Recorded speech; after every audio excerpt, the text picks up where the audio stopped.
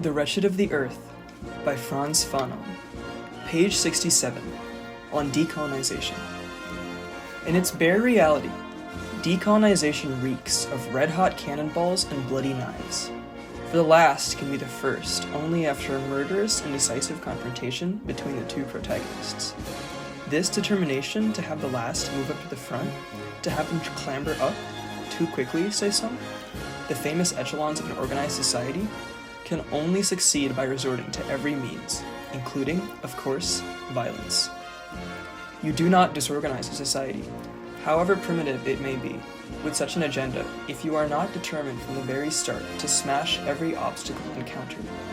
The colonized, who have made up their mind to make such an agenda into a driving force, have been prepared for violence from time immemorial. As soon as they are born, it is obvious to them that their cramped world, riddled with taboos, can only be challenged by out-and-out violence. The colonial world is a compartmentalized world. It is obviously as superfluous to recall the existence of native towns and European towns, of schools for natives and schools for Europeans, as it is to recall apartheid in South Africa. Yet if we penetrate inside this compartmentalization, we shall at least bring to light some of its key aspects. By penetrating its geographical configuration and classification, we shall be able to delineate the backbone on which the decolonized society is reorganized. The colonized world is a world divided in two. The dividing line, the border, is represented by the barracks and the police stations.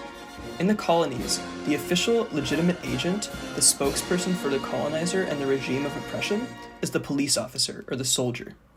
In capitalist societies, education, whether secular or religious, the teaching of moral reflexes handed down from father to son, the exemplary integrity of workers decorated after 50 years of loyal and faithful service, the fostering of love for harmony and wisdom, those aesthetic forms of respect for the status quo instill in the exploited a mood of submission and inhibition which considerably eases the task of the agents of law and order. In capitalist countries, a multitude of sermonizers, counselors, and confusion mongers intervene between the exploited and the authorities. In colonial regions, however, the proximity and frequent direct intervention between the police and the military ensure the colonized are kept under close scrutiny and contained by rifle butts and napalm. We have seen how the government's agent uses a language of pure violence. The agent does not alleviate oppression or mask domination. He displays and demonstrates them with the clear conscience of the law enforcer and brings violence into the homes and minds of the colonized subject. The native sector is not complementary to the European sector. The two confront each other, but not in the service of a higher unity. Governed by a purely Aristotelian logic, they follow the dictates of mutual exclusion.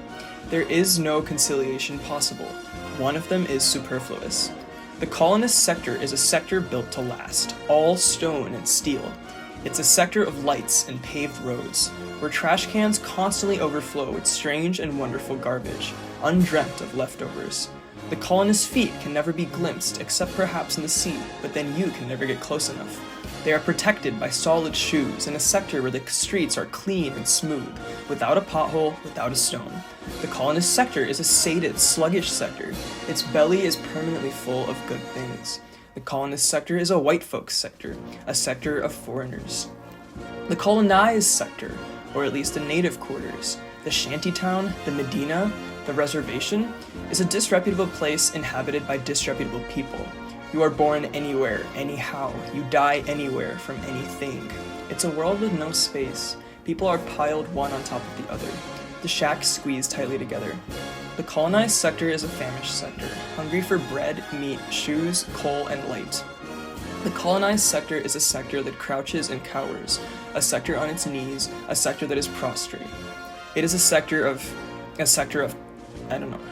The gaze that the colonized subject casts at the colonized sector is a look of lust, a look of envy, dreams of possession, every type of possession, of sitting at the colonist's table and sleeping in his bed, preferably with his wife. The colonized man is an envious man.